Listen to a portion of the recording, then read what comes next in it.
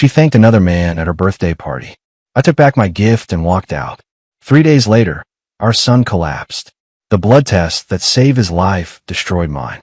That's when I realized the woman I'd built everything for had been playing a game I didn't even know existed. My name is Elliot Bancroft. I'm 40 years old, and I've spent the last 12 years building a reputation as one of Seattle's most trusted independent financial consultants.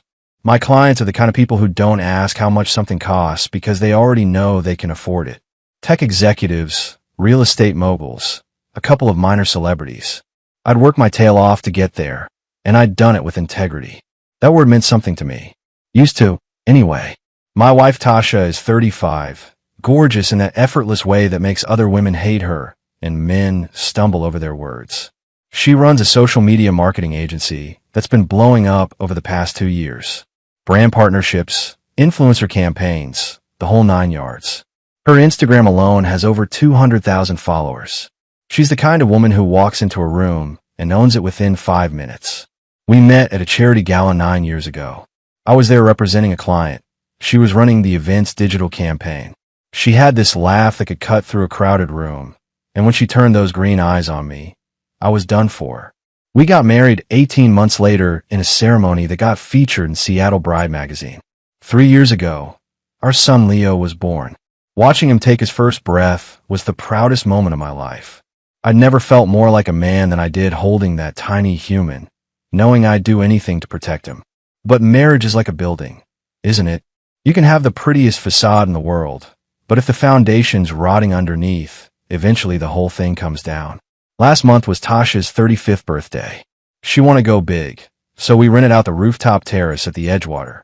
Panoramic views of Elliott Bay, string lights, a jazz quartet, 200 of Seattle's finest drinking champagne that cost more per bottle than most people's car payments.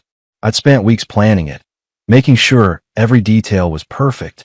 Her gift was a vintage Cartier bracelet I'd found at an estate sale, something she'd mentioned wanting years ago when we were still broke and dreaming.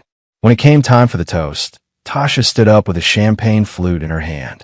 The lights caught her silver dress just right, and for a moment, she looked like something from a dream. My dream.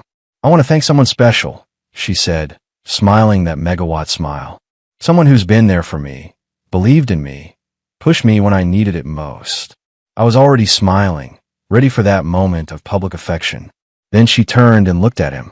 Adrian Rhodes, her business partner, the guy I'd helped with his portfolio 2 years ago as a favor to her. Adrian, she said, raising her glass higher, thank you for everything. The applause that followed felt like a physical blow. I sat there, the bracelet box burning a hole in my jacket pocket, watching my wife thank another man at her own birthday party while I became invisible. I didn't make a scene. I stood up, walked over to where she'd set her gifts on a table, picked up the small Cartier box I'd placed there an hour earlier, and left. Sometimes silence speaks louder than any words ever could. 3 days after the party, everything changed. Not because of what happened at the Edgewater, though that was still eating at me like acid. No, what changed everything was a phone call at 2:17 a.m. Leo couldn't breathe. Tasha was screaming into the phone, hysterical in a way I'd never heard before. He's turning blue, Elliot. His face is swelling. Oh God, oh God. I was out of my downtown apartment, and in the car before my brain fully processed what was happening. We'd been separated since the party, me staying at a corporate rental while she kept the house. I made it to Swedish Medical Center in 15 minutes, probably broke every traffic law in King County. They had Leo in the ER, oxygen mask strapped his tiny face, his body looking so small on that hospital bed. Tasha was pacing like a caged animal, mascara streaking down her face. For a moment, all the anger evaporated. This was our son. Nothing else mattered. Severe allergic reaction. The doctor said, a woman in her 50s with kind eyes and a no-nonsense demeanor. We've stabilized him, but we need to run comprehensive tests. We'll need blood samples from both parents for comparison and to determine the exact allergen profile. Whatever you need, I said immediately. They drew our blood right there. Tasha held Leo's hand while I stood on the other side of the bed, and for a few hours, we were almost like a family again. Almost. The doctor came back around 6 a.m. Leo was sleeping peacefully, the crisis passed, but something in her expression made my stomach drop. He's going to be fine, she said first, and I felt my lungs remember how to work. But we need to discuss something unusual that came up in the blood work. Tasha looked up from Leo's bedside. What kind of unusual? The doctor hesitated, and that hesitation stretched out like a canyon opening up beneath my feet. Mr. Bancroft, I need to ask you something directly. Are you aware of your blood type? Oh, positive, I said. What? And yours, Mrs. Bancroft? A negative, Tasha whispered, and something in her voice had changed. Gone flat. The doctor glanced between us. Your son has AB negative blood. That's not genetically possible given your blood types. There's absolutely no way. She didn't finish the sentence. She didn't have to. The room tilted. I gripped the edge of Leo's bed to keep from falling. What are you saying? I'm saying that based on these blood types, Mr. Bancroft cannot be the biological father of this child. The words hit like a physical blow. I heard them, understood them on some level, but my brain refused to process them. This was Leo, my son, the kid who called me daddy and fell asleep on my chest during football games. The boy I'd rocked at 3 a.m. when he had nightmares. I turned to Tasha slowly. She wasn't looking at me. She was staring at Leo, her face drained of all color. Tasha, my voice came out strangled. Look at me. I need to make a call, she said abruptly, standing up. I need some air. Don't you dare walk away from me right now. But she was already moving toward the door, and I realized with horrifying clarity that she wasn't surprised. She'd known. Maybe not about the blood type specifically, but she'd known there was a possibility. Known and said nothing while I changed diapers and paid for daycare and planned for his college fund. Mrs. Bancroft, I really think we should discuss. The doctor started. I'll be right back, Tasha interrupted, her voice shaking. She pushed through the door and disappeared into the hallway. I stood there in that hospital room, watching my son sleep peacefully, and felt my entire world fracture into pieces. The doctor was saying something about genetic testing and counseling services, but I couldn't hear her over the roaring in my ears. Leo stirred, made a small sound, and my hand moved automatically to smooth his hair back. The gesture I'd done 1,000 times before. Only now everything was different. Or maybe nothing was different. Maybe I'd just been living in a lie so complete that reality itself had a break before I could see it. I didn't chase Tasha down the hospital corridor. Instead, I stood there with Leo sleeping peacefully in front of me, and I made a decision. A cold, calculated one. The kind you make when emotion would only cloud what needs to be done. I pulled out my phone and called my attorney, Richard Walsh. We'd done business together for years, handled estate planning for several of my clients. It was 6:30 a.m., but Rich answered on the third ring. Elliot, everything okay? I need a paternity test. Confidential. Fast as possible. My voice was steady, mechanical, and I need you to recommend a private investigator. The best one you know. There was a pause. What's going on? Just had some interesting news at the hospital. Turns out blood types don't lie, even when people do. Jesus. Okay, I know a guy. Former FBI. Discreet as they come. I'll text you his contact in 5 minutes. Thanks, Rich. And one more thing. Start preparing divorce paperwork. Don't file yet. Just have it ready. When Tasha finally came back 20 minutes later, her eyes were red but dry. She composed herself, put the mask back on. But I could see the calculation happening behind those green eyes. She was figuring out her next move. Elliot, we need to talk, she started. Not here. I kept my voice low, controlled. Not in front of Leo. He's asleep. I don't care. We're going to the cafeteria. Now. She followed me down 2 floors. The cafeteria was nearly empty, just a few exhausted-looking residents grabbing coffee between shifts. We sat in a corner booth, and I waited. Let her speak first. Let her dig her own grave. I can explain, she said finally. Then explain. Tell me why my son isn't my son. She flinched at the word my, and I felt a savage satisfaction in that. It was a mistake. One time, I was confused. We were fighting and... Don't. I held up a hand. Don't insult me by pretending this was some drunken accident. One time doesn't explain why you let me believe for 3 years that Leo was mine. He is yours. Her voice rose, and a resident glanced over. She lowered it again. You're the only father he's ever known. Biology doesn't change that. Biology changes everything. It changes every diaper I changed at 3 a.m. Every nightmare I comforted him through.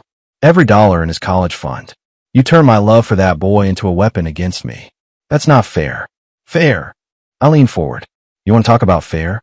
How about the fact that I've been raising another man's child while you paraded around Seattle playing the perfect wife and mother?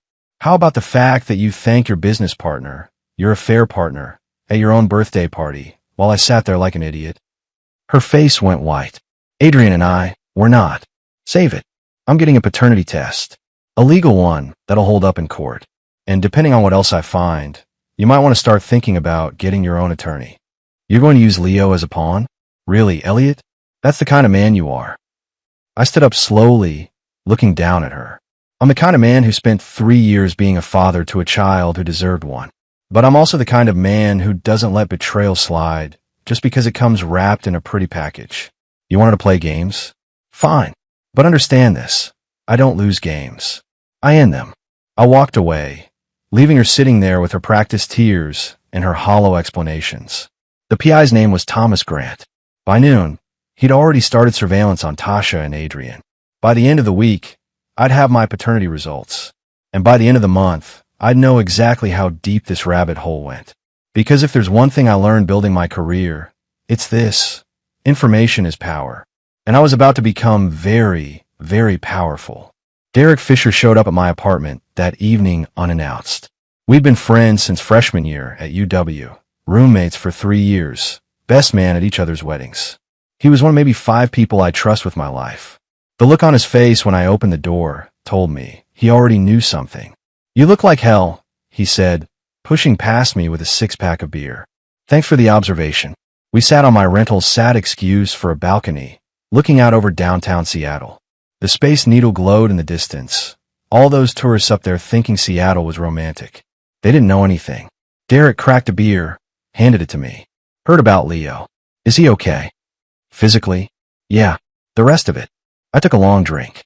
That's more complicated. Elliot, man, I need to tell you something. And you're going to hate me for not telling you sooner. My stomach dropped. What? Derek's jaw worked like he was chewing broken glass. 8 months ago, I saw something. Tasha and some guy, having lunch at Canlis. I thought maybe it was a business thing, but the way they were sitting, the way she was leaning in. He shook his head. It didn't look like business. Why didn't you tell me?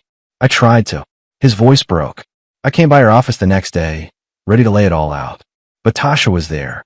She was picking you up for lunch, and you two were laughing about something, and I chickened out.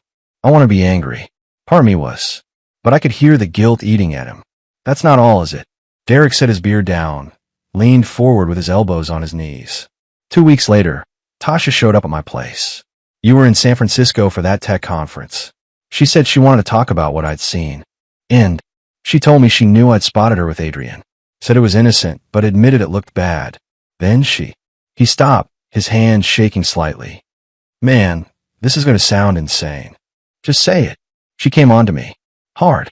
Said if I was going to tell you about Adrian, she might as well give me something worth talking about. Derek looked at me, his eyes hollow. I told her to get the hell out. But Elliot, she recorded it. The whole conversation. Took her phone out after I rejected her, and said she'd tell you I tried to force myself on her if I breathed a word about Adrian. The beer in my hand suddenly felt very heavy. She blackmailed you. She showed me the video. The angle makes it look like I was the one coming on her. My hand on the doorframe could be me blocking her exit. Her backing up could be her trying to get away. He put his face in his hands. I've been living in hell for 8 months, knowing you were being played and not being able to say a damn word. I sat there processing. This wasn't just an affair. This was calculated, premeditated. Tasha had seen Derek as a threat and neutralized him with the precision of a damn chess master. Do you still have your copy of the video? I asked quietly. She texted it to me. Said to remember what I had to lose. Forward it to me. Right now. Derek pulled out his phone, his hands still shaking. What are you going to do? I'm going to stop playing defense. I watched the file transfer notification pop up on my screen. She wants to treat this like a war. Fine. But she just gave me ammunition. We sat there in silence for a while. 2 grown men who'd shared everything from college hangovers to the births of our kids. And I realized something. Tasha hadn't just betrayed me. She'd weaponized everything good in my life and turned it against me. That was her first mistake. Her second was thinking I'd just take it. The paternity test results arrived by courier on a Tuesday morning. Legal, certified, impossible to dispute. As expected, I was not Leo's biological father. Probability, 0%. I sat with that document for exactly 10 minutes, letting the finality of it settle into my bones. Then I called Thomas Graham, my PI. I need you to run a DNA comparison, I said. I'm sending you a sample I collected from Adrian Rhodes' car. Already on it, Thomas replied. But Elliot, there's something you should see first. Can you meet me in my office in an hour? His office was in a nondescript building in Fremont, the kind of place you'd walk past 100 times without noticing. Thomas was ex-FBI, mid-50s, with the kind of face that blended into any crowd. Perfect for his line of work. He slid a manila folder across his desk. That's 2 weeks of surveillance on your wife and Adrian Rhodes. And brother, this is messier than you think. I opened the folder. Photos of Tasha and Adrian at restaurants, entering hotels, leaving her agency office together late at night. Standard affair documentation. But Thomas was watching me with an expression that said the worst was coming. Adrian Rhodes isn't the father either, he said bluntly. My hand froze halfway to turning a page. What? I managed to get a DNA sample from Rhodes. Coffee cup he left at a Starbucks.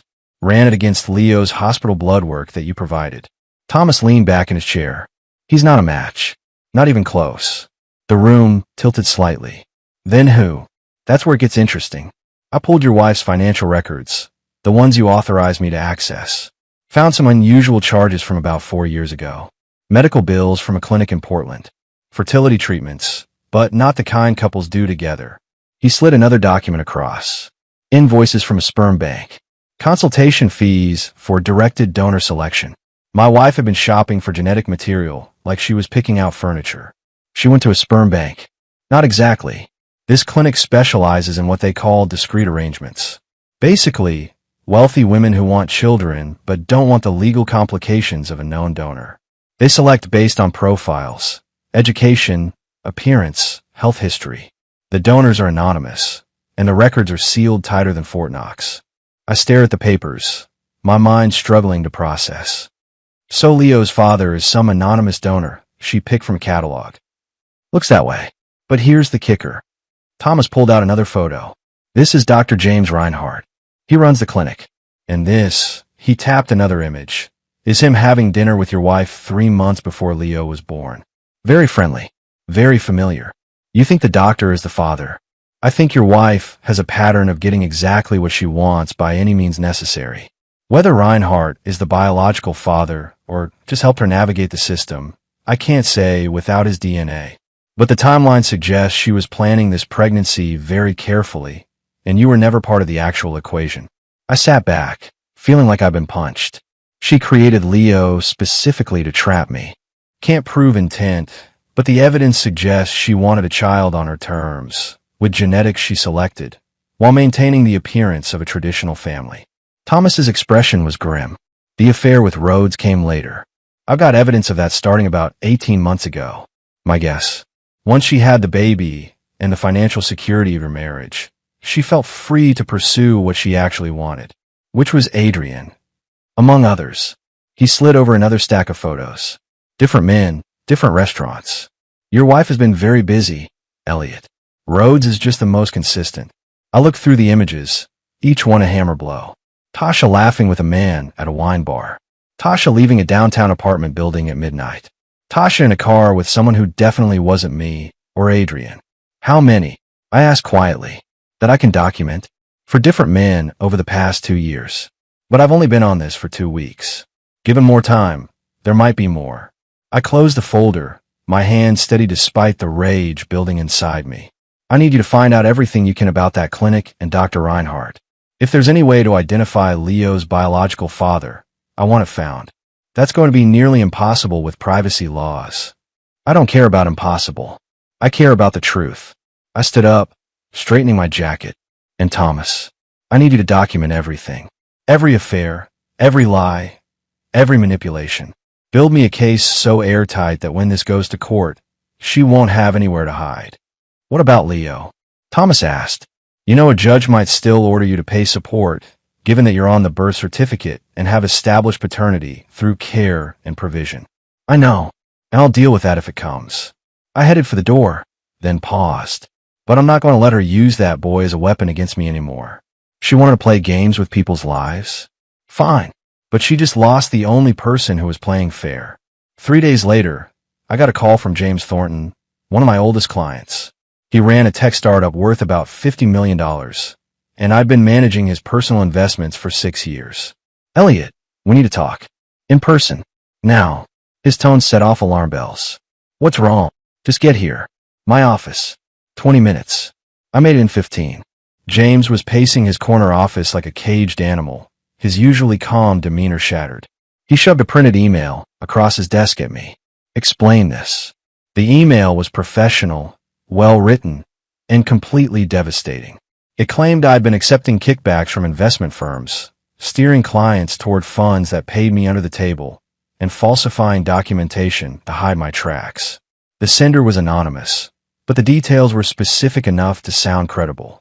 This is a lie, I said immediately. Every single word. I know that. James ran a hand through his hair. I've known you for 6 years, Elliot. I know your reputation. But I'm not the only one who got this email. At least 15 of your clients received it this morning. My phone's been ringing off the hook. My blood ran cold. 15. That's just the ones who call me to verify. There might be more. He sat down heavily. Someone's trying to destroy you, man. And they're doing a damn good job of it. I pulled out my phone and checked my email. Sure enough, my inbox was flooded. Clients asking for clarification. Some demanding immediate meetings. 2 had already sent termination letters. Adrian Rhodes, I said quietly. Your wife's business partner? Why would he? James stopped, understanding dawning. Oh hell. He's also her affair partner. And apparently, he's decided that ruining my marriage wasn't enough. I scrolled through the emails, my jaw clenching. He wants to destroy my livelihood too. Can you prove he sent these? Not yet, but I will. I stood up. James, I need you to do me a favor. Send out an email to anyone else you know who might have received this.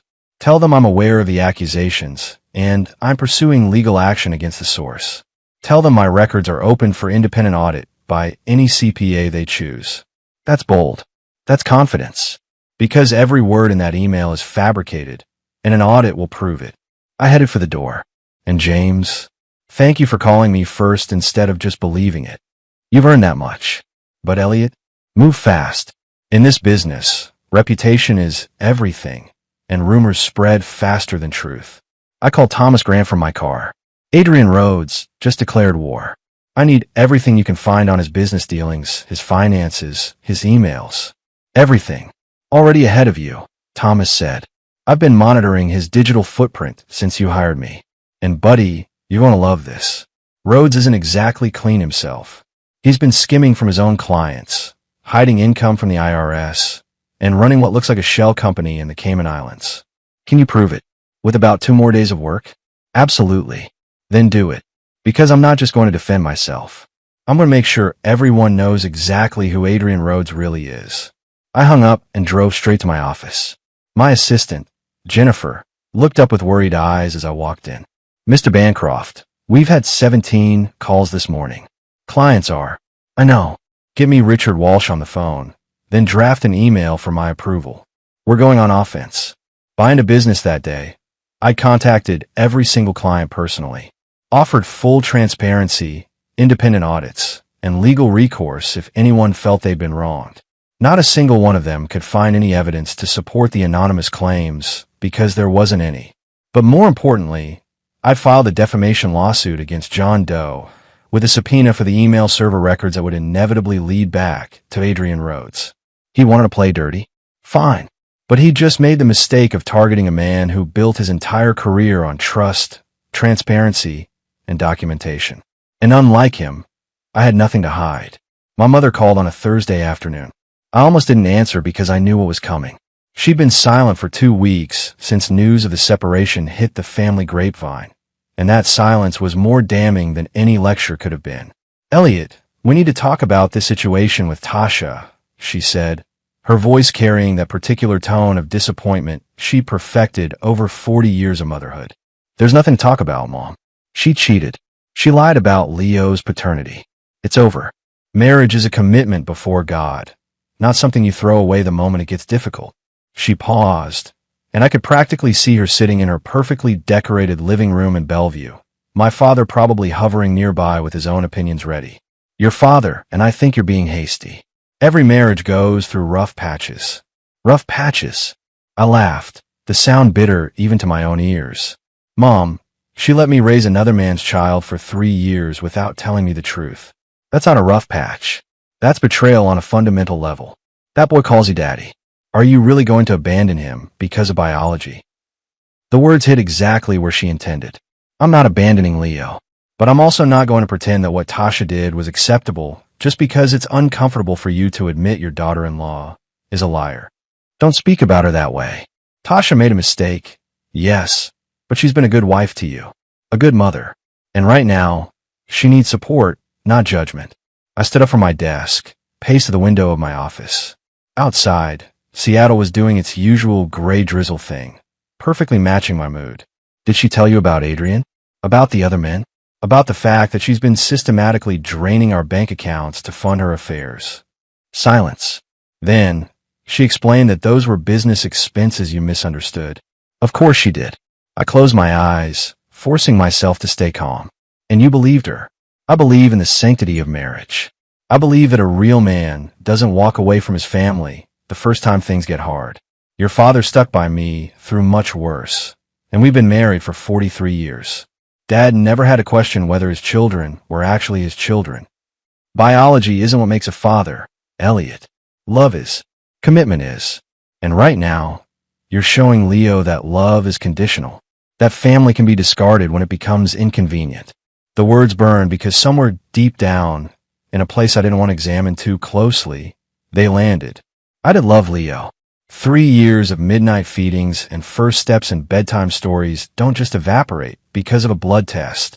But that love had been built on a foundation of lies, and I didn't know how to separate the two. What do you want from me, Mom? I want you to think about that little boy who's going to grow up wondering why his daddy left. I want you to consider that forgiveness is a virtue, not a weakness. And I want you to be man enough to put your pride aside and save your family. My pride, the anger I'd been controlling broke through. This isn't about pride. This is about being lied to, manipulated, and used. Tasha didn't make a mistake. She made a series of calculated choices over years, and every single one of them was designed to deceive me. Then be the bigger person. Show her what real love looks like. Real love doesn't require one person to be a doormat for the other's betrayal. I took a breath. I need to go. Tell Dad I'll call him later. Elliot James Bancroft. Don't you dare hang up on. I ended the call and immediately got another one. My sister Audrey. Please tell me Mom didn't just call you and take Tasha's side. Audrey said without preamble. She did. That woman is unbelievable. I heard rustling, like Audrey was moving to somewhere more private. Elliot, I need to tell you something, and you're probably going to be furious that I didn't say it sooner. My stomach dropped. What? I saw them. Tasha and Adrian. Last year, at that charity gala at the Four Seasons. You were in San Francisco meeting with clients. I was there with David for his firm's table. Audrey's voice shook. They were dancing. Not like business associates. Like lovers. And when I confronted her about it later, she told me I was mistaken. That Adrian was helping her with a surprise for your birthday. Why didn't you tell me? Because I tried, Elliot. 3 times.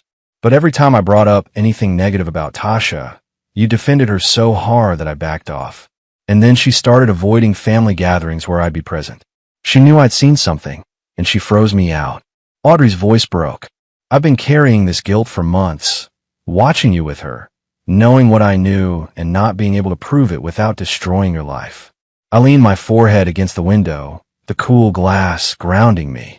She isolated you, systematically, told you I was being judgmental, made comments about how I was jealous of your success.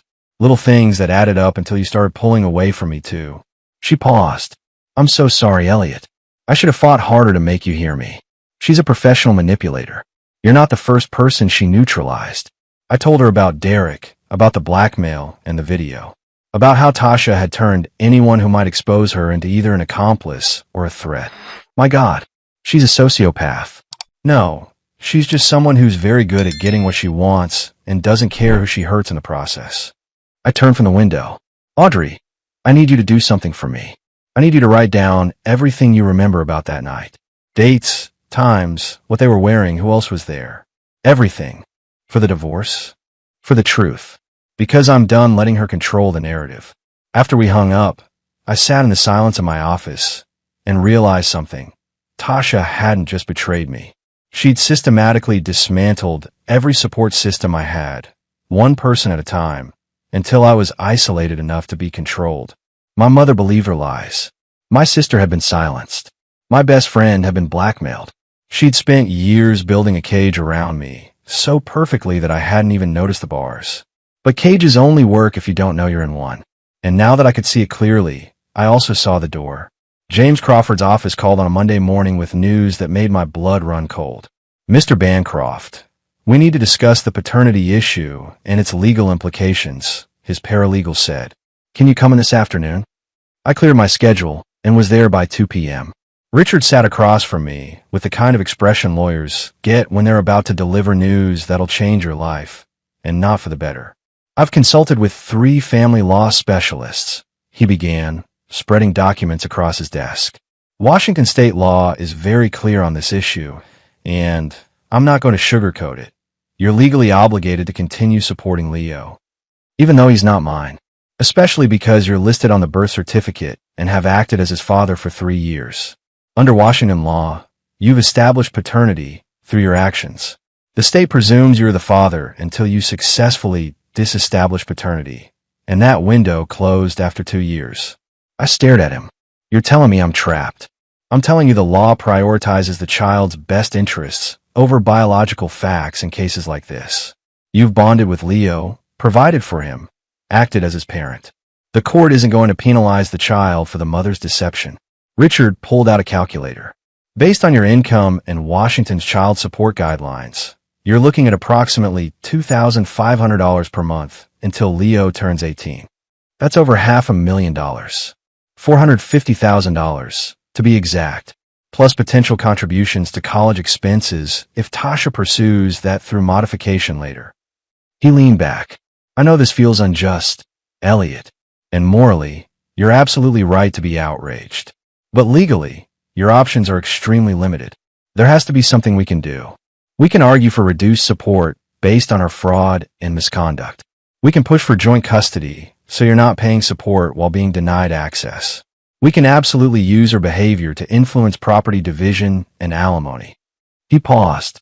But the baseline reality is that you will be financially responsible for that child until he's an adult, regardless of biology. I sat there, letting it sink in. Tasha had trapped me perfectly. Even if I walked away from the marriage, even if I proved every lie she'd told, I'd still be paying for her deception for the next 15 years. What if we can prove she committed fraud? I asked. That she deliberately deceived me about paternity? It might influence the judge's decisions on other matters, but it won't eliminate child support obligations. The law sees Leo as an innocent party who needs financial support, and right now, you're legally his father. Richard's expression softened. I'm sorry, Elliot. This is one of those situations where doing the right thing as a parent has put you in a legally vulnerable position. My phone buzzed. A text from Tasha. We need to talk about Leo. He's asking for you. I showed it to Richard. And so it begins. The manipulation through the kid. Do you want to see Leo? The question hit harder than it should have. Of course I wanted to see him. 3 years don't just disappear because of biology. But every interaction with Leo meant interacting with Tasha, and she knew it. She was using that bond as leverage. Yeah, I said finally. But on my terms, with my attorney present to document everything. Richard nodded. I'll draft a temporary custody arrangement proposal. We'll offer supervised visitation at a neutral location until permanent orders are established. It protects you legally while allowing you to maintain the relationship. And if she refuses, then we file for emergency custody hearing and let a judge decide. But Elliot, you need to understand something. He leaned forward. Every decision you make now will be scrutinized later. If you walk away from Leo completely, Tasha will use that to paint you as vindictive and cruel. If you fight for custody, she'll claim you're doing it to avoid support. You need to be strategic about every move. I'm paying $450,000 for a child who isn't mine, and I still have to be strategic. Welcome to family law. It's not about justice. It's about minimizing damage. I left Richard's office feeling like I'd been punched in the gut. The legal system that was supposed to protect people had instead created a scenario where Tasha's lies were rewarded and my years of devoted fatherhood had become a financial prison. My phone rang. Thomas Grant, my PI. "I've got something on Adrian Rhodes you're going to want to hear," he said. "Turns out he's not just stealing your wife. He's been stealing from his own company. I've got evidence of embezzlement dating back 3 years. We're talking about $200,000 in misappropriated funds." A cold smile spread across my face. "Can you prove it?" "Financial records don't lie. He's been smart about hiding it, but not smart enough. I've already contacted the company's CFO anonymously. They're launching an internal investigation as we speak." "Good. Let them eat each other. Because if I was going to be trapped in this nightmare for the next 15 years, I was damn sure going to make certain Tasha and Adrian paid for putting me here. My father died on a Wednesday morning. Massive heart attack, gone before the paramedics arrived. He was 68, still healthy enough to play golf twice a week, and the shock of it left me numb for days. The funeral was surreal. Tasha showed up with Leo, playing the grieving daughter-in-law to perfection. She kept her distance from me, but made sure everyone saw her comforting my mother, saw Leo placing flowers on the casket. It was a performance, and she played it flawlessly. I didn't have the energy to fight her. Not then. I was too busy trying to process the fact that the man who'd taught me to ride a bike and throw a baseball was gone. 2 weeks later, Richard Walsh called me into his office for the reading of the will. My mother was there, my sister Audrey, and to my surprise, Tasha, sitting beside my mother like she belonged there. "Your father updated his will 6 months ago," Richard began, his expression carefully neutral. "The changes are significant." He distributed copies, and I scanned down to the relevant section. Then I read it again because it couldn't possibly say what I thought it said. The house in Bellevue, worth approximately $850,000. My father's investment portfolio, another $600,000. His life insurance policy, $400,000. All of it, every single dollar, left in trust for Leo Bancroft, with Tasha named as trustee until Leo's 18th birthday. "What?" The word came out strangled. Richard's voice was carefully controlled. "Your father established an irrevocable trust for his grandson. Tasha will manage the assets until Leo reaches majority. That's nearly $2 million, I said, my voice rising. "Left to a child who isn't even his biological grandson, managed by a woman who's been lying to all of us for years." My mother's face was stone. "Your father wanted to ensure Leo's future was secure. What did he change the will? When did she convince him to do this?" Richard checked his notes. "The documents were executed on March 15th, 6 months ago. March, right around the time Tasha would have known I was starting to suspect something. Right when she would have been securing her exit strategy. She manipulated him," I said flatly. "She knew I was getting close to the truth, so she convinced Dad to lock down assets she could control. Your father was of sound mind when he made these decisions," Richard said carefully. "I was present for the signing. He was clear about his intentions." "What did she tell him? What lies did she feed him to make him cut out his own son?" My mother finally spoke, her voice cold. "Your father was concerned about your behavior, Elliot. Tasha came to us several months ago, worried about your mental state. Said you'd become paranoid, accusatory, that she was afraid for Leo's safety." The room tilted. "She told you I was dangerous. She showed us messages you'd sent her. Angry texts, threats about taking Leo away. Your father wanted to make sure Leo would be protected regardless of what happened between you and Tasha. Those texts were about getting custody during the divorce, about not letting her use him as a weapon." I turned to Audrey. "You know this is insane, right?" My sister looked away. "I told Dad to wait, to hear your side, but he was convinced you were having some kind of breakdown." I stood up, needing to move, needing air. "So let me understand this. Tasha lies about paternity, has multiple affairs, steals hundreds of thousands of dollars, and somehow I'm the villain? She poisons my relationship with my father, and he rewards her by making her a millionaire trustee. The money is for Leo, not for her," my mother said. "It's the same thing. She controls it for the next 15 years. She can pay herself a trustee fee, use trust assets to maintain Leo's lifestyle, which conveniently happens to be her lifestyle too." I looked at Richard. "Can we challenge this?" On what grounds? Your father was competent. Multiple witnesses can attest to that. The trust is ironclad. He paused. I'm sorry, Elliot, but unless you can prove undue influence, which is nearly impossible with a deceased settler, this stands. I walked out of that office knowing I'd lost more than my father. I'd lost any chance of justice. Tasha had played a long game I hadn't even known we were in, and she'd won before I'd realized we were competing. Thomas Grant was waiting in my car when I got back to the parking garage. He held up his phone. I've got Adrian Rhodes on embezzlement charges. The company filed a police report this morning. He's looking at 5 to 10 years if convicted. It was something. Not enough. Not nearly enough. But it was something. And Tasha? I asked. I'm still digging. But people like her, they always make mistakes eventually. We just have to be patient. Patient. I've been patient for 3 years while my wife destroyed my life brick by brick. But patience hadn't protected me. Documentation had. Evidence had. Keep digging, I said. Because she might have won this round, but I'm not done fighting. 14 months after that birthday party, I stood in front of a different kind of audience. Not family, not friends, but a room full of men who'd been through their own versions of hell. The divorce support group met every Thursday at a community center in Ballard.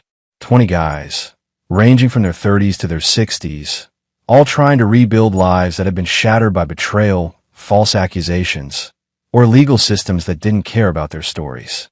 My name is Elliot, I said, and I spent 3 years raising a son who wasn't biologically mine, while my wife systematically destroyed everything I'd built.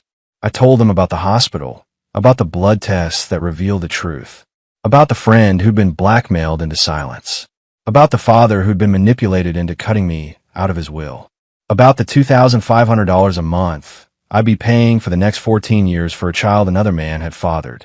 The system failed me, I said, but I'm still here, still building, still fighting. The divorce had been finalized 3 months ago. Tasha got primary custody of Leo with supervised visitation for me every other weekend. I got stuck with the debt she'd accumulated, though we'd managed to prove enough fraud to avoid some of it. She got to keep her agency, her social media following, her carefully curated image of the successful businesswoman. Adrian Rhodes got 18 months in prison for embezzlement. Small victory, but I'd take it. I'd moved to a smaller apartment in Fremont, started rebuilding my client base one relationship at a time. The anonymous emails had damaged my reputation, but truth had a way of surfacing. Clients who really knew me had stayed. New ones came through referrals from people who respected how I'd handled the crisis. Derek Fisher and I were rebuilding our friendship slowly. Some wounds take time to heal, but we were getting there. Audrey called every Sunday now. Family dinners had resumed, though my mother and I maintained a careful distance. Some relationships don't survive certain betrayals, even when they're rooted in blood. I still saw Leo. Those supervised visits were the hardest part of my week and the best part all at once. He was 4 now, started to form full sentences, to have opinions about things. He still called me Daddy. I didn't know how long that would last, didn't know what Tasha was telling him about why we didn't live together anymore. But I showed up. Every other weekend, I was there. Because biology might not have made me his father, but love and consistency did. And whatever else Tasha had stolen from me, she couldn't take that. So what now? One of the guys in the group asked. What's next for you? I thought about that question a lot lately. What comes after your world falls apart? After the woman you loved turns out to be someone you never really knew? After the system designed to protect families instead protects the person who destroyed yours? Now I build something new, I said. Not the life I thought I'd have. Not the family I planned for. But something real, something honest, something that can't be stolen because it's built on truth instead of illusions. I'd started a blog. Anonymous like so many others, but honest. Stories about navigating divorce, about paternity fraud, about rebuilding after betrayal. Men reached out daily, sharing their own stories, finding community in shared pain. I'd also started consulting with other men going through divorces, helping them document everything, avoid the mistakes I'd made, protect themselves before it was too late, turning my nightmare into something useful. Tasha was still out there, still posting her perfect life on Instagram, still running her agency.